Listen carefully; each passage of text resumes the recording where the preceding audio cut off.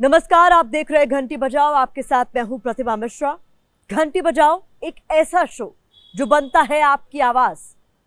शासन, प्रशासन और सरकार से पूछता है वो सवाल जिसका आप सभी से है सीधा सरोकार।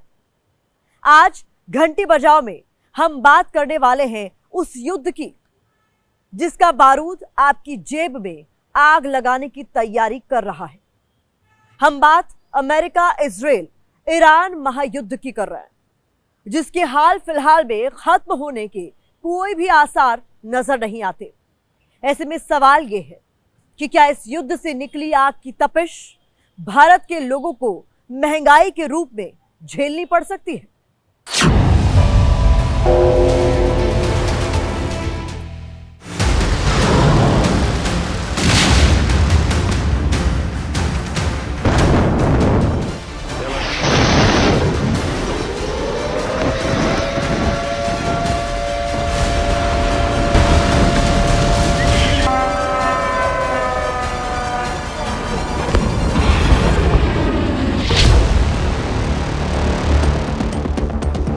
डर रहे हैं लोग कि तेल ना मिलेगा। वहाँ झगड़ा छिड़ गया, इसलिए डीजल खत्म होने की समस्या है।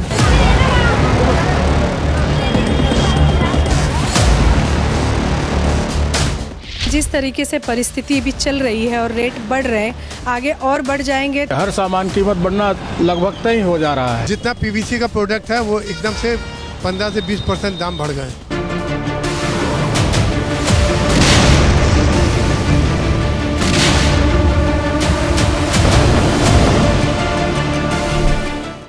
अमेरिका, इजराइल और ईरान, इन तीन देशों के बीच भड़की महायुद्ध की जो चिंगारी है उसने धीरे धीरे पूरे मिडिल ईस्ट को अपनी जद में ले लिया है। अपने ऊपर हुए अमेरिका और इजराइल के दोहरे हमले के बाद ईरान की अगर हम बात करें तो वो मरो या मारो के मूड में है। फिलहाल ईरान मिडिल ईस्ट के देशों पर ताबड़तोड़ मिसाइल बरसा रहा है। भारत वैसे तो इस युद्ध क्षेत्र से कोसों दूर है, लेकिन ईरान की मिसाइल मिडिल ईस्ट में जहां गिर रही है उससे होने वाले नुकसान को लेकर भारत अछूता नहीं रह सकता। खासकर तेल के मामले में अगर हम बात करें तो इसीलिए मिडिल ईस्ट में जारी महायुद्ध के बाद इस बात की चर्चा जोरों से शुरू हो चुकी है कि भारत पर इसका कितना ज्यादा असर होगा।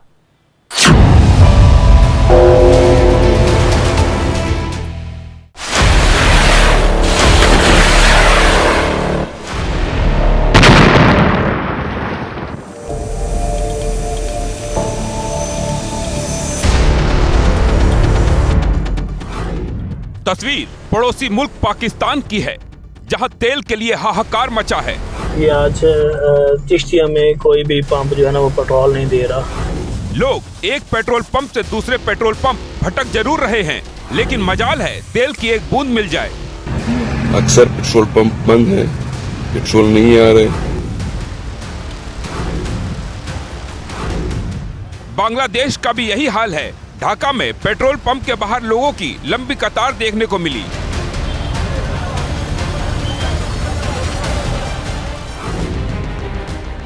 ईरान संकट के बीच जर्मनी में भी अचानक डीजल पेट्रोल के दाम बढ़ गए। ऐसे में कई लोग पड़ोसी देश पोलैंड में जाकर अपनी गाड़ी की टंकी फुल कराने लगे। बेशक आप इस बात को लेकर राहत महसूस कर सकते हैं। ये तस्वीर हिंदुस्तान की नहीं, लेकिन सवाल ये है, क्या तेल के आग की आंच भारत नहीं पहुंचेगी? महायुद्ध के कारण भारत के लोगों की जेब ढीली नहीं होगी? यह सवाल इसलिए क्योंकि महायुद्ध से लोग घबराए हुए हैं और वो ज्यादा से ज्यादा तेल जमा कर लेना चाहते हैं। लोग अपनी गाड़ियों की टंकी तो फुल करा ही रहे हैं, अलग से भी तेल रिजर्व कर रहे हैं ताकि तेल संकट आए तो इनकी जेब ढीली ना हो। उत्तर प्रदेश के रामपुर में आम लोग और किसान बड़े बड़े ड्रम लेकर पेट्रोल पंप पहुंच गए।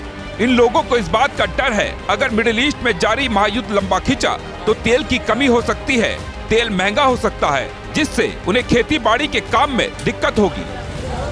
ये तमाम भीड़ चल रही है हमारे पंप पे। डर रहे हैं लोग कि तेल ना मिलेगा। वहाँ झगड़ा छिड़ गया, इसलिए डीजल खत्म होने की समस्या है। ऐसा ही महाराष्ट्र में भी देखने को मिला।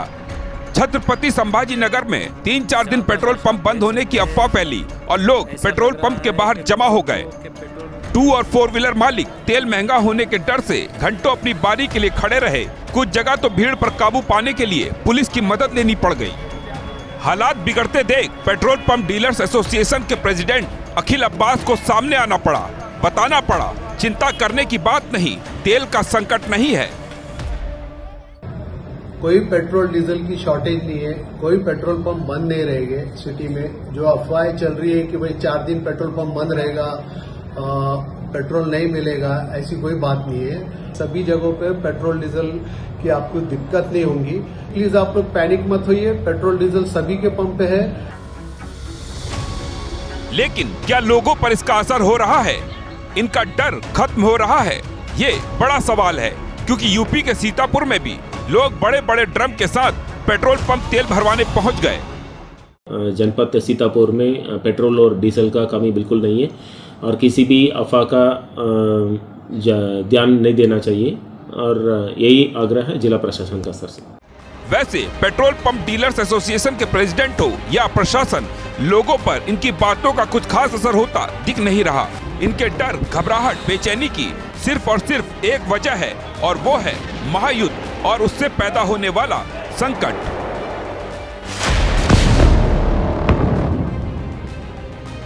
मिडिल ईस्ट में जंग के कारण स्थिति काफी गंभीर हो गई है। एक तरफ ईरान दूसरे खाड़ी देशों की तेल कंपनियों को अपनी मिसाइल का निशाना बना रहा है, दूसरी तरफ उसने स्ट्रेट ऑफ हॉर्मुज को ब्लॉक कर दिया है, जहां से दुनिया का 20% तेल सप्लाई होता है। भारत के पास चिंता करने की कोई बात नहीं, क्योंकि उसके पास पर्याप्त मात्रा में स्टॉक है और भारत अपने नागरिकों से भी बार बार यही अपील कर रहा है कि वो किसी अफवाह में ना आए। भारत के पास आने वाले समय के लिए पर्याप्त मात्रा में तेल का पूरा स्टॉक है। भारत अपनी जरूरत का 90% कच्चा तेल आयात करता है। इसमें से 60% कच्चा तेल स्ट्रेट ऑफ हॉर्मुज के रास्ते आता है। स्ट्रेट ऑफ हॉर्मुज से हर दिन भारत के लिए 25 से 27 लाख बैरल पेट्रोलियम प्रोडक्ट्स की सप्लाई होती है।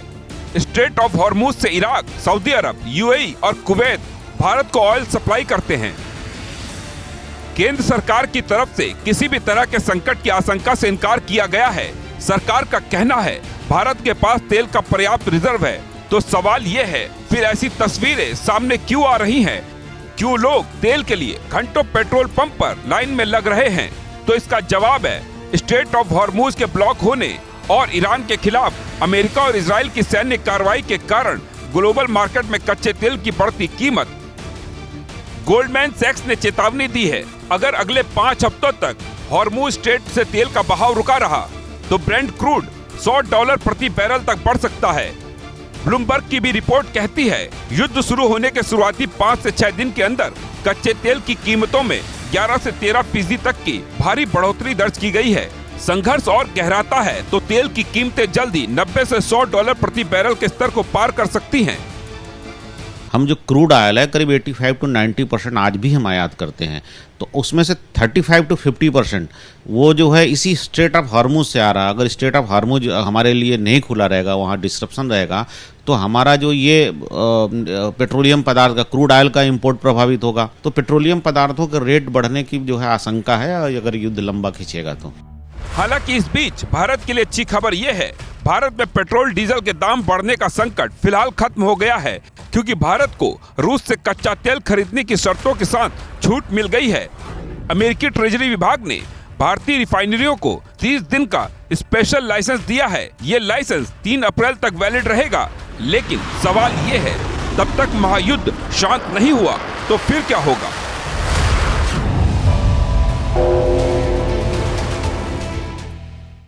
भारत खाड़ी देशों पर केवल तेल और गैस के लिए ही निर्भर नहीं है। वित्त वर्ष 2024-25 में भारत और गल्फ कॉरपोरेशन काउंसिल के जो 6 देश हैं, उनके बीच कुल कारोबार लगभग 15.56 लाख करोड़ रुपए का था। इससे यह बिल्कुल साफ हो जाता है कि खाड़ी देश भारत के प्रमुख व्यापारिक साझेदार हैं। ऐसे में क्षेत्रीय अस्थिरता से तेल ही नहीं बल्कि कारोबार के बाकी क्षेत्रों पर भी असर पड़ सकता है। खाड़ी देशों में भारत के करीब 1 करोड़ लोग रह रहे हैं। जंग अगर लंबी खिंची तो इसका खामियाजा उन्हें भी भुगतना पड़ सकता है।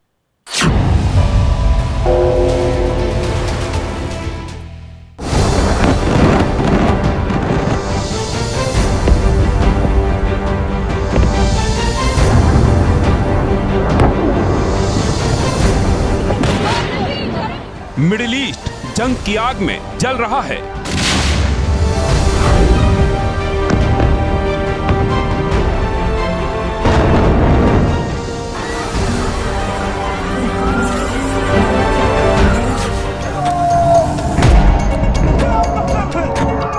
आसमान से अग्निवर्षा हो रही है।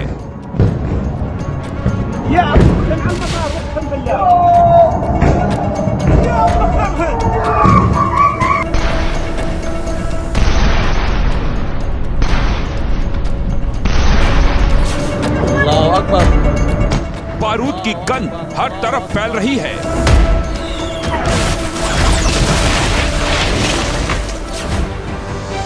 इमारतें खंडहर बन रही हैं।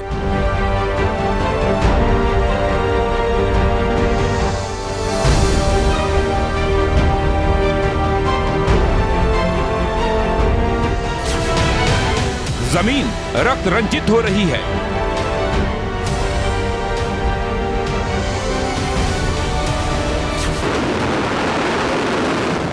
महायुद्ध को आज 8 दिन हो चुके हैं, लेकिन न अमेरिका और इजराइल रुकने को तैयार हैं, न ईरान झुकने को।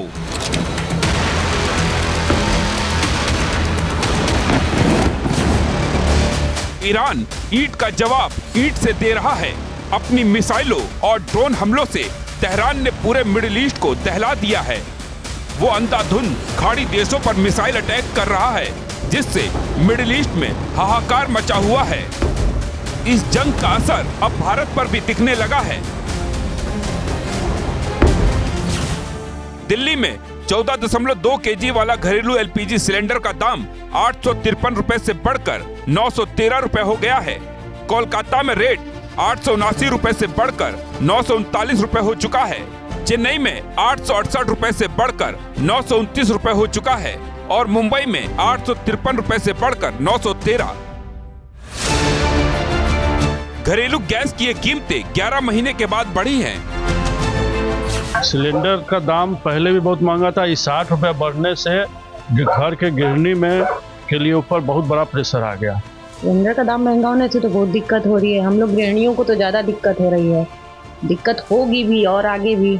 हम लोगों के ऊपर तो ये बहुत भार है। इस युद्ध की वजह से महंगाई बढ़ती जा रही है। सरकार से अनुरोध करेंगे कि युद्ध में हस्तक्षेप किया जाए।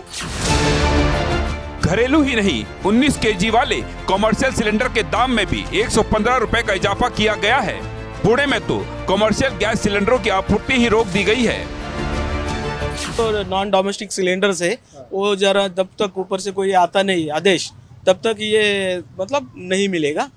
हाँ, खाली अभी जो डोमेस्टिक सिलेंडर्स है वो मिल रहे, डिस्पैच हो रहे कंपनी से। बट ये कमर्शियल के लिए जो गाड़ी गई थी हमारी भरने की, वो रुकाई गई है। जो जब तक ऊपर से कुछ आदेश ना आए तब तक होल्ड। भारत अपनी लगभग 2/3 लिक्विफाइड पेट्रोलियम गैस यानी एलपीजी भी इंपोर्ट करता है, जिसमें से ज्यादा मिडिल ईस्ट से आती है। कतर की सरकार नेचुरल गैस कंपनी ने सोमवार को लिक्विफाइड नेचुरल गैस का प्रोडक्शन रोक दिया। ऐसा उसने मिडिल ईस्ट में चल रहे संघर्ष के बीच ईरान का अपनी फैसिलिटीज पर किए गए हमलों के बाद किया। भारत जो अपनी गैस जरूरतों के एक बड़े हिस्से के लिए कतर के साथ लंबे समय के एलएनजी कॉन्ट्रैक्ट पर निर्भर है, उसने कार्गो पर कुछ समय के लिए रोक लगा दी है, जिससे कई इंडस्ट्रियल कंज्यूमर्स और सिटी गैस डिस्ट्रीब्यूशन कंपनियों के लिए सप्लाई में 40% तक की कटौती हुई है। महायुद्ध के कारण उन 1 करोड़ भारतीयों के सामने भी संकट खड़ा हो गया है, जो इस वक्त सऊदी अरब, संयुक्त अरब अमीरात, कतर, कुवैत, ओमान और बहरीन में रह रहे हैं। महायुद्ध के कारण इन भारतीयों की नौकरी पर संकट आ सकता है। भारत के लिए दुविधा का मसला है। एक तरफ तो ईरान है, जिससे हमारे हिस्टोरिक रिलेशन है, सभ्यता से कनेक्शन है। दूसरी तरफ अरब है, जहाँ पे हमारे 1 करोड़ लोग वहाँ पे रहते हैं और वो हम लोगों को, भारत को हर साल लगभग 40 बिलियन 45 बिलियन इस तरह से डॉलर रेमिटेंसेस भेजते हैं, जो कमाते हैं वो भारत भेजते हैं। साफ है, महायुद्ध अब केवल अरब देशों तक ही सीमित नहीं है, इसकी आंच भारत तक महसूस की जाने लगी है। सोचिए, दो देशों की जिद दुनिया को किस मोड़ पर ले आई है। हर तरफ तबाही का ही मंजर नजर आ रहा है। मौतों के आंकड़े की बात करें तो वो लगातार बढ़ रहा है। कारोबार पर असर पड़ रहा है, लोगों की जेब पर बोझ बढ़ रहा है। भारत भले ही अब तक इसकी गिरफ्त में नहीं आया है, बहुत हद तक बच गया है, लेकिन असर इसका दिखने लगा है। इसलिए अब जरूरी है कि खाड़ी देशों में जारी इस संघर्ष का समाधान जल्द से जल्द निकले।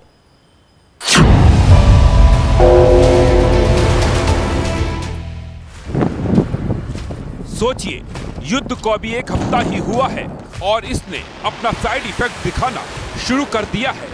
तेल को लेकर लोगों के डर के बीच गैस ने खेल कर दिया, लेकिन ये कहानी यही खत्म नहीं हो रही। महायुद्ध का असर ड्राई फ्रूट्स पर भी दिखने लगा है, इनकी कीमतें बढ़ गई हैं। महायुद्ध जारी है और इस महायुद्ध का असर अब भारत में बाजारों पर भी पड़ रहा है। जी हां, मैं बात कर रहा हूं खजूर की, क्योंकि भारत अपनी कुल खजूर आवश्यकता का लगभग 80 से 90% खाड़ी देशों से आयात करता है। अगर युद्ध ज्यादा लंबा खिंचता है तो इनकी जो है कमी होगी और जिसके बाद आसमान छूने वाले हैं दाम। खाड़ी देशों में छिड़ी जंग की मार किसानों पर भी पड़ सकती है। भारत यूरिया और फॉस्फेट जैसे फर्टिलाइजर के कच्चे माल के लिए खाड़ी देशों पर काफी हद तक निर्भर है। खासकर यूरिया और डीएपी की आपूर्ति में इन देशों की अहम भूमिका है। भारत अपने कुल फर्टिलाइजर आयात का लगभग 46% अकेले ओमान से मंगाता है। युद्ध लंबा चला तो फर्टिलाइजर की भारी किल्लत हो सकती है, जिससे कृषि लागत और खाद्य उत्पादन दोनों प्रभावित होंगे।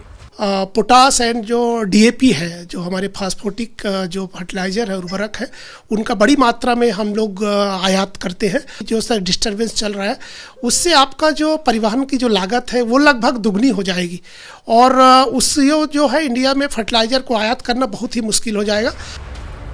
आयात ही नहीं, युद्ध का असर निर्यात पर भी दिखने लगा है।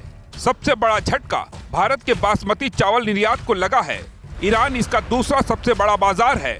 बंदर अब्बास पोर्ट से ही अफगानिस्तान, तजाकिस्तान, तुर्कमेनिस्तान जैसे लैंडलॉक्ड देशों तक इसकी सप्लाई होती है। लेकिन ईरान का सबसे महत्वपूर्ण और व्यस्त बंदरगाह बंदर अब्बास लगभग पूरी तरह बंद हो चुका है। बताया जा रहा है 4 से 5 हजार कंटेनर बंदर अब्बास पोर्ट पर अटके हुए हैं, जिसमें 10 से 11 लाख क्विंटल माल फंसा पड़ा है।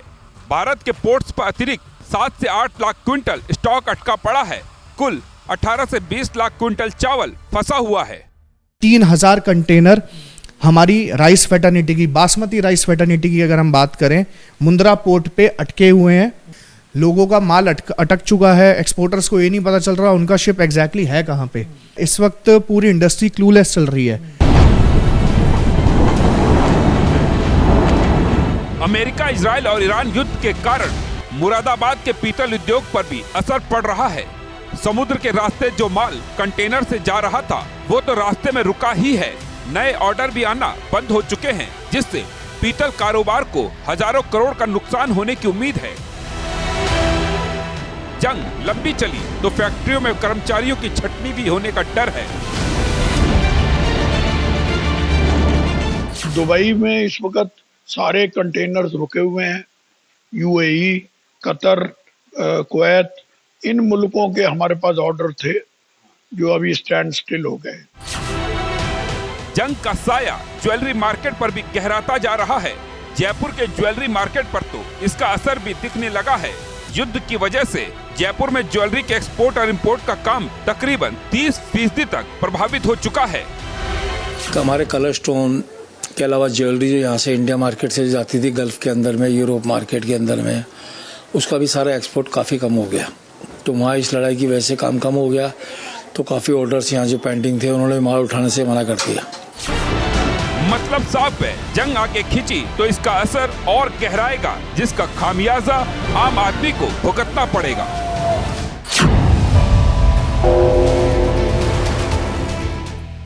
तो फिर उठाइए फोन और बजाइए घंटी, क्योंकि आपकी एक घंटी बड़ा असर दिखा सकती है। घंटी बजाओ में आज मेरे साथ बस इतना ही।